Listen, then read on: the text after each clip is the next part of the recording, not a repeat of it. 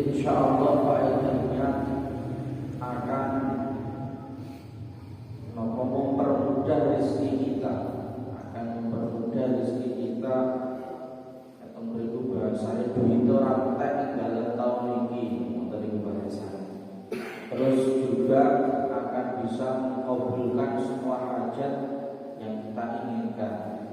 Amalan yang dilakukan pada Jumat akhir di bulan Rajab. Nopo amalanipun, amalannya yaitu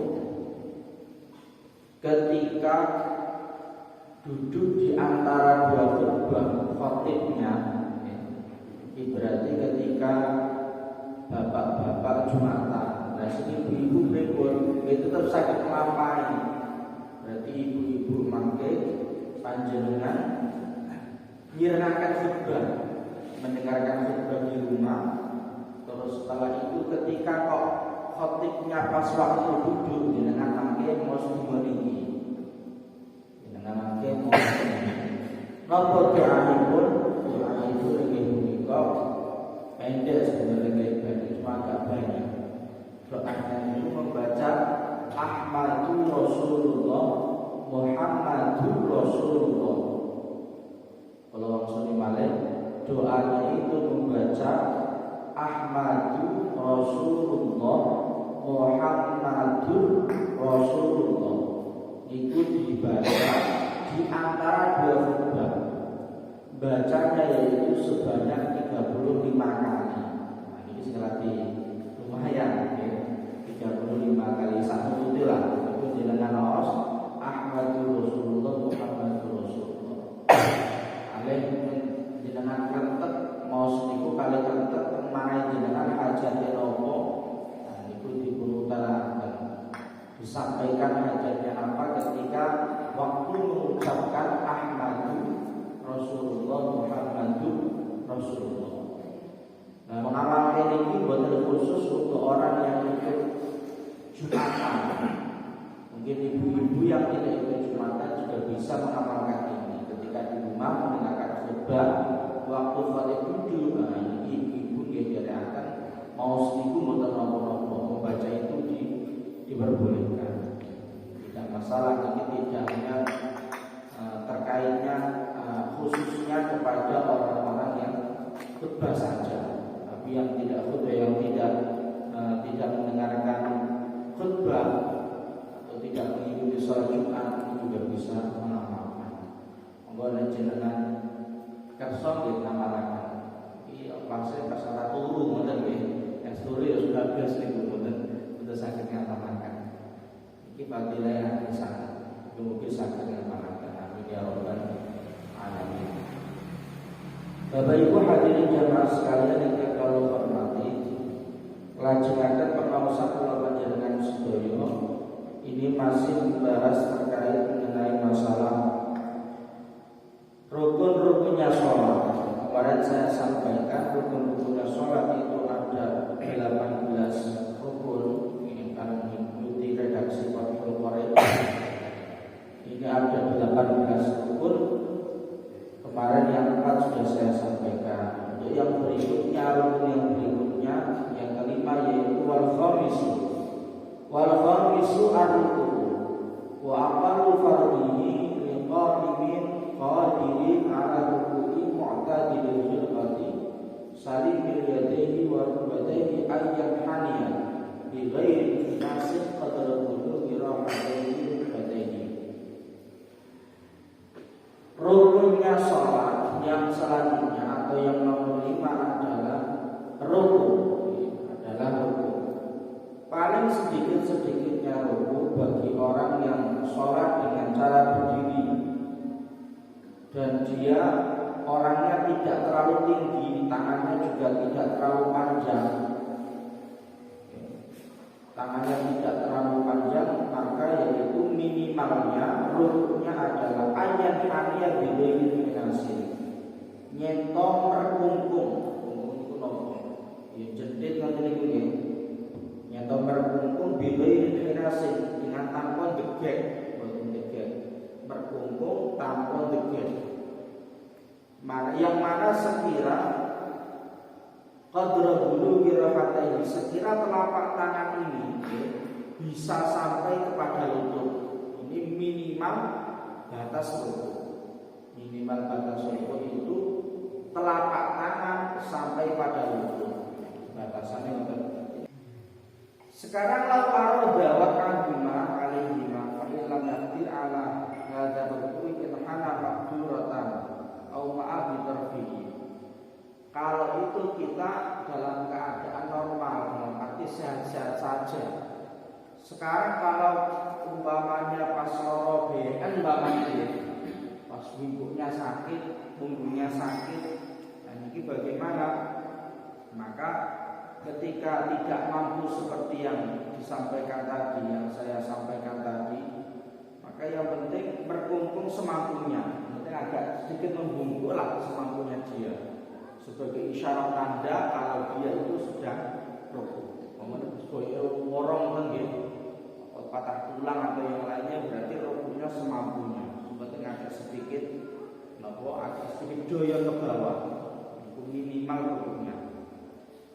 Wa auma'a bi tarfihi wa akmalu ruku'i tasbiyatur raqi'i dhahrahu wa 'umuhu bi haitsu yasirani kasaffatin wahidatin. Dan paling sempurnanya ruku, tadi saya mengatakan yang minimal ruku itu dikatakan sah seperti itu tadi. Yang penting jenengan agak membungkuk terus telapak tangan sampai kepada lutut, itu minimal. Kalau yang ruku paling sempurna, rukuk yang paling sempurna adalah punggungnya ini dan lehernya itu sejajar. Punggung dan lehernya itu sejajar seakan-akan seperti halnya papan yang lurus, ya, papan satu yang lurus. Terus selanjutnya waras pusaka ini ngedekno paha, ya, pahanya ini ditegakkan. Adalah tata cara rukuk orang yang sholat secara sempurna itu kan. Terus selanjutnya syarat yang berikutnya adalah wasadisu at-tumaninatu alaihi. Wasadisu at-tumaninatu fihi. At-tumaninatu fihi. Yang keenam adalah tumanina. Tumanina itu apa sih? Tumanina itu wahia sukunun ba'da harakatin, diam setelah bergerak, itu namanya tumanina. Jadi ibarat jenengan gerak mandek, itu jenenge tumanina. Anteng mandek itu jenenge tumanina. Iki tumanina hukumnya wajib. Maka sholat itu harus ada pemisahnya antara gerakan yang satu dengan gerakan yang lainnya dengan tumanina. Kudu wonten mandeke. Nek mboten nek mandeke, iki berarti salatnya tidak sah karena tidak ada tumanina. Antara rukuk jenengan kalian i'tidal niki harus rukuk wa nusallifu yaj'alu tumaninatan arkani ruknan mustaqillan. Wa ma sya'ala alaihi anna wa fi taklif wa ghairu musallif yaj'alu akan tabi'atan ta'awun. Itu tentang mengenai masalah rukun yang nomor 6 yaitu tumanina. Terus rukun yang berikutnya wasab ar-rukun minal ruku'i wa i'tidal. Yang nomor 7 adalah bangun dari rukuk. Bangun dari rukuk dan i'tidal. Bangun dari rukuk dan i'tidal dengan berdiri tegak, ya, dengan berdiri tegak. Karena hayati allati kana alaihi qabla ruku'ihi min qiyamin qadirin wa qu'udin ajizin 'anil qiyam wa qu'udin ajizin 'anil qiyam. Berarti nek jenengan salate berdiri, i'tidalnya ya harus dengan berdiri. Kalau salatnya dengan duduk, ya i'tidalnya dengan duduk seperti awal tadi. Kalau salatnya dengan tidur, ya nanti i'tidalnya juga dengan tidur. Sesuai dengan awal tadi, awal di mana penjelasan pertama kali melakukan sholat. Yang i'tidal itu juga wajib. Nah yang rawan itu yang i'tidal itu biasanya dan tidak ada tumaninahnya, padahal tumaninah di dalam i'tidal juga hukumnya wajib. Wasamin at-tumaninatu fihi, tumaninah yang dalam i'tidal itu hukumnya adalah wajib. Hukumnya wajib. Kerja tumaninah, buat tumaninah bukan dosa. Dan rata-rata orang awam itu sing rawan boten tumaninahnya itu ketika i'tidal. Ketika i'tidal, rawan sekali boten dilakukan. Kalau tidak ada tumaninahnya, masya Allah itu boten sah sholatnya tidak sah. Betul ya? Ini mengenai masalah tumaninah. Studi rawan sekali mengenai masalah tumaninah.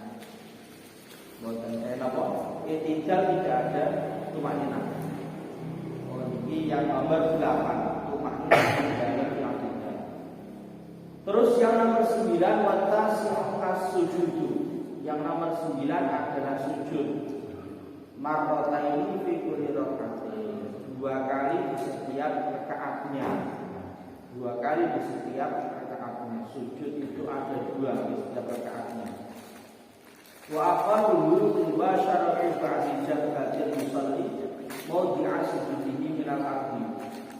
Minimal sujud itu dikatakan sah adalah bertemunya keningnya orang yang sholat pada tempatnya sujud. Minimal nopo sholat sujud itu dikatakan sah. Minimalnya baru itu ditemokno tempatnya sujud. Minimal sholat itu dikatakan sah. Ketika tidak seperti itu, berarti bersah sujudnya. Ditemukan pada bumi atau selainnya. Kalau memang sholatnya tidak di bumi, memangnya tingkat atau di atas kayu atau di mana, berarti harus menemukan keningnya pada bumi, pada tempat di mana dia berdiri. Wa akbaru, sekarang tata cara sujud yang paling sempurna bagaimana, yaitu ayyukabbirani huwihi disujudi bila rafiyadaihi wa yadu rukbataihi thumma yadaihi thumma jabha tahu wa anfahu. Yaitu yang pertama, turun karena sujud dengan tanpa mengangkat kedua tangan. Tangannya boleh kali diangkat. Terus setelah itu meletakkan lututnya, pertama kali diletakkan lututnya, kemudian kedua tangannya, baru kemudian keningnya, terus yang terakhir baru cara sujud yang sempurna. Nah, di sini tidak diterangkan, tapi saya akan sedikit menambah tentang sujud. Sujud itu ada anggota yang harus menempel secara langsung ke bumi. Ada anggota yang menempel ke bumi, wajib harus menempel ke bumi. Di sini ada 7 anggota, 7 anggota yang di situ ketika sujud menempel ke bumi, menempel ke bumi. Itu hukumnya wajib, itu nempel. Buatan nempel berarti buatan sah. Tapi ada nanti yang menempelnya itu bertemu secara langsung, ada yang tidak. Harus menempel secara langsung. Terus yang kedua, yang termasuk anggota yang wajib menempel ke bumi ketika sujud, yaitu ini. Karena rawan, sering rawan itu ya mancat prosikil itu. Nah, insya Allah sujud nempel lo batuk, insya Allah nggih. Insya Allah nggih. Sing rawan itu mancat prosikil itu nggih. Makanya pas coba-coba kalau di sholat sunnah. Aku tentu kadang-kadang nek sholat Jumat kan ya kumpul jalan papat terus tunggal mriki nggih. Papat kula tak kali-kali bedane sing tau ngaji karo itu tetep benten. Sujudé kaya ngono iki aku salah orang ngelingno yo. Aku harus ngelingno anak ngaji ya, ngelingno ngoten. Ngelingno ngaji kula khawatir kok tak ngelingno secara langsung kok tersinggung, Pak. Ngoten niku. Kalau kan ngelingno ngeten iki kan udah tersinggung. Pamane jenengan rasa salah kan berarti tugas sendiri tadi. saya. Bapaknya kok panggah yang sing salah, Allah alam di kertas kula urusane. Nah niku kadang-kadang pas sholat sunnah, kan ketinggal sholat apa jenenge qobliyah utawa sholat apa jenenge tahiyatul masjid, kan ketinggal tadi. Kondisi kadang sujud. Jenengan tinggali yo, antara wong sing tau ngaji karo sing ora mesti sujud iki ora dipancak karo sikile. Padahal itu hukumnya wajib. Nek mboten ngoten niku mboten sah. Itu repot nek sing mboten ngertos. Iki perlune kadang-kadang sing wis ngaji kadang-kadang saking cepete salate ngoten nggih. Iku kadang-kadang yo mboten dipancang. Nah iki nggih monggo sering-sering diamalaken ilmu ingkang panjenengan sampun angsal. Sahabat dari mana sedikit dipun amalaken. Pun itu mengenai masalah sujud. Sujud yang sebelumnya tadi yang seperti saya sampaikan dan anggota-anggota yang wajib menempel ketika sujud. Ketika sujud kudu dipancang. Kudu ditekan betul itu susah kuwabe malah. Terus selanjutnya rukunnya salat yang berikutnya adalah wal ashir yang nomor 10 yaitu tumakninah yang dalam sujud. Sujudnya juga harus ada tumakninahnya. Bihaitsu yanamu wa sujud di taqla rasyihi wala yakfi imsasu rasyihi wa sujudi. Maka ketika sujud itu tidak boleh hanya sekedar menempel toh, harus ada sedikit kepalanya ini ditekan. Aduh ini ditekan ngeten iki sedikit. Tapi ya ora usah diwos atau betul usah. Ditekan terus jenengan usah mboten perlu. Sing penting jenengan tekan kene mawon. Aduh ini kok agak sedikit ditekan. Mboten asal kok namung nempel ngoten tok. Nempel dengan batu ditempel lo ngoten tok mboten usah. Kali agak sedikit ditekan. Seandainya gambarannya tadi digambarkan, seandainya kok diletakkan apa jenenge kapas atau yang lainnya itu nanti akan dekok ono bekase. Kapas diletakno terus jenengan ditekan titik nanti ada bekasnya. Yang berikut tekannya mboten terlalu bahasane nggih, mboten tekan sing banget mboten. Di haisun di mau shalah qaiman wal ashir mau dia sujudi taklarosi walayati saklarosi walayati imsasurasi mau dia sujudi bal yatahamadu ditekan sedikit, tidak usah terlalu berlebihan.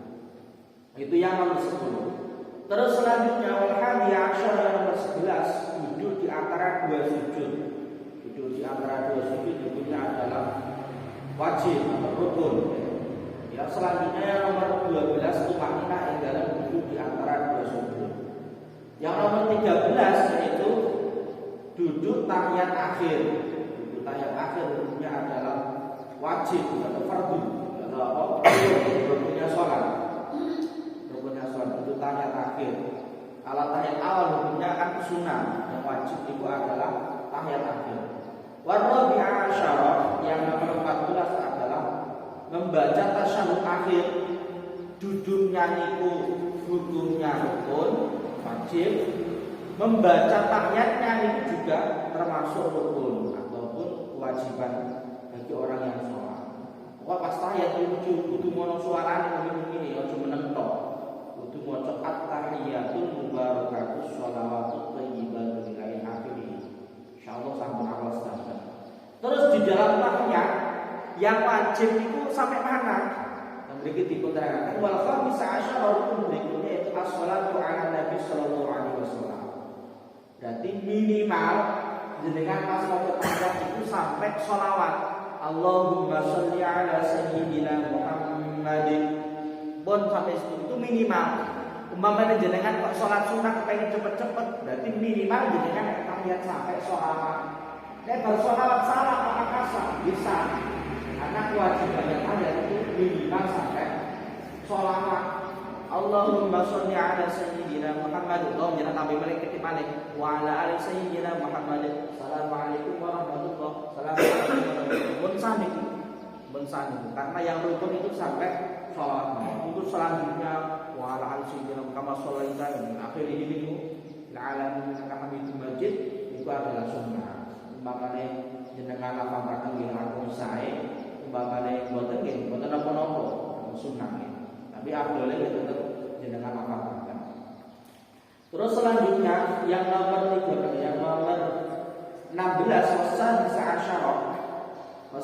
asyara yaitu at-taslimatul ula. Salam yang pertama yang wajib.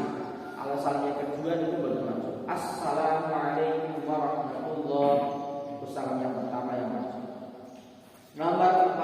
Nomor 17 wasabi asyara niatul khuruj minas shalah. Niat keluar dari shalat. Jadi pendapat ini banyak ulama yang tidak sependapat. Ya sepenting sholat seramu ya wis usah kudu niat metu saka sholat. Terus yang terakhir adalah tertibnya rukun-rukunnya sholat. Harus urut, tidak boleh menjangan-jangan sujud riya nembe rukuan, itu tidak boleh. Harus urut seperti urutan yang saya sampaikan. Itulah tentang mengenai masalah rukun-rukunnya sholat yang kula jenengan kedah mangertosi di dalam sholat khususnya lebih mungkin dikasih urutan terus dengan amal. Monggo yang pada misalkan tanggal jam 6 lewat dosong, memang tadi kan saya kok sufi rati awan memang. Monggo yang pada misalkan tanggal kenapa? Monggo. Berkaitan dengan sholat berjamaah.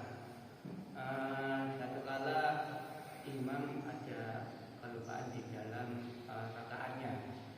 Terus si jamaah makmumnya itu kan memberikan peringatan subhanallah, tapi memberikan peringatan tersebut setelah imam itu berdiri tegak, ya, berdiri lurus.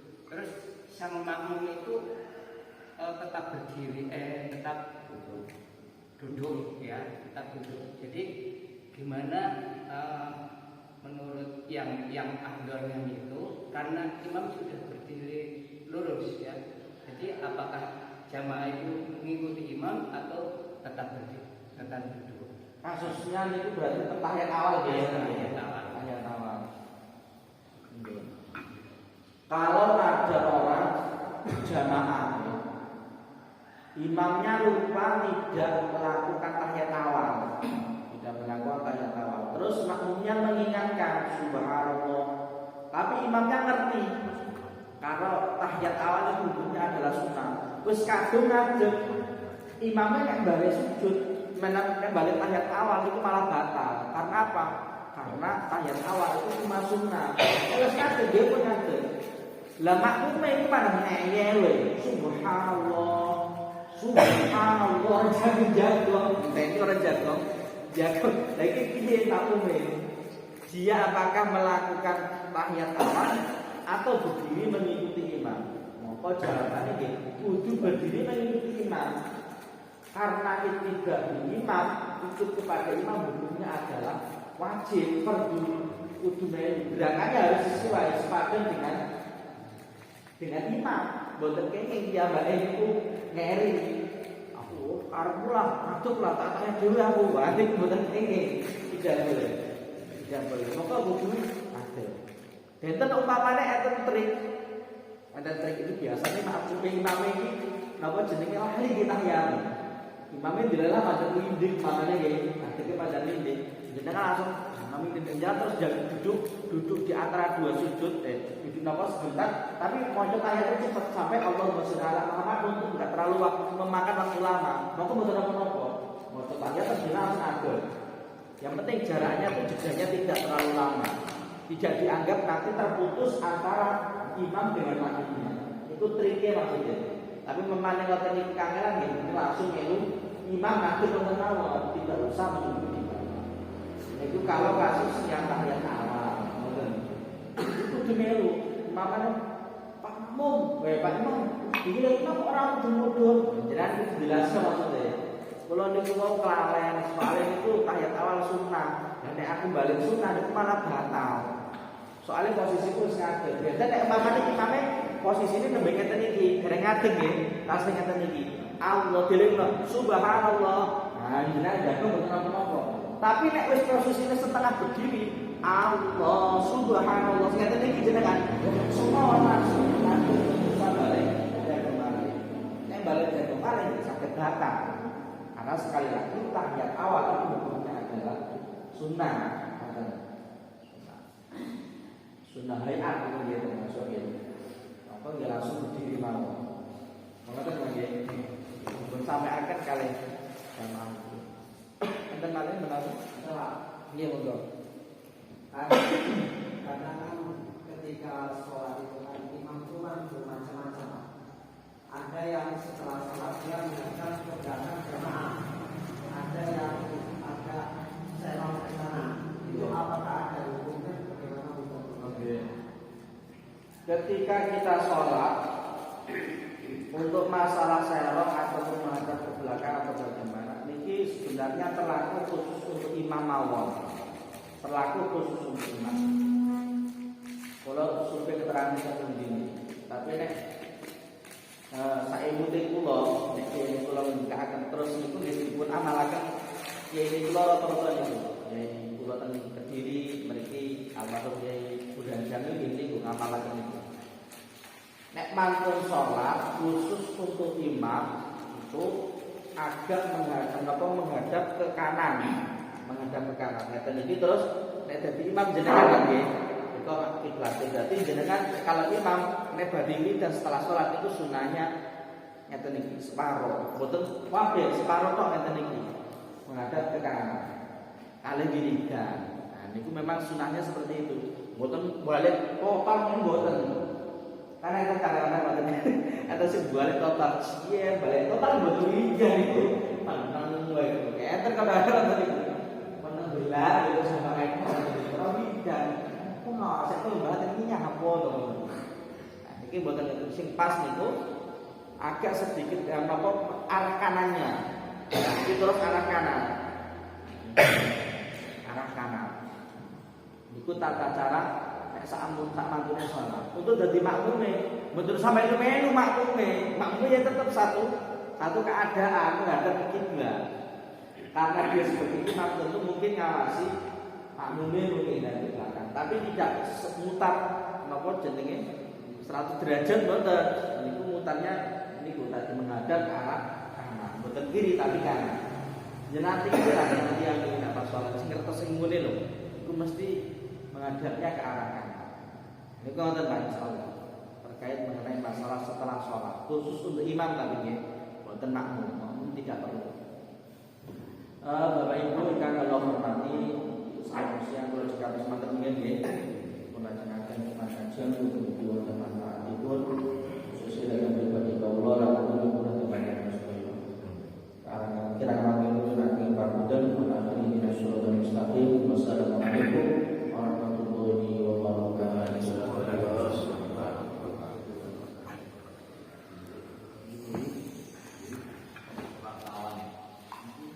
Yang sering agak rawan yaitu kaki bagian dalam wajib menempel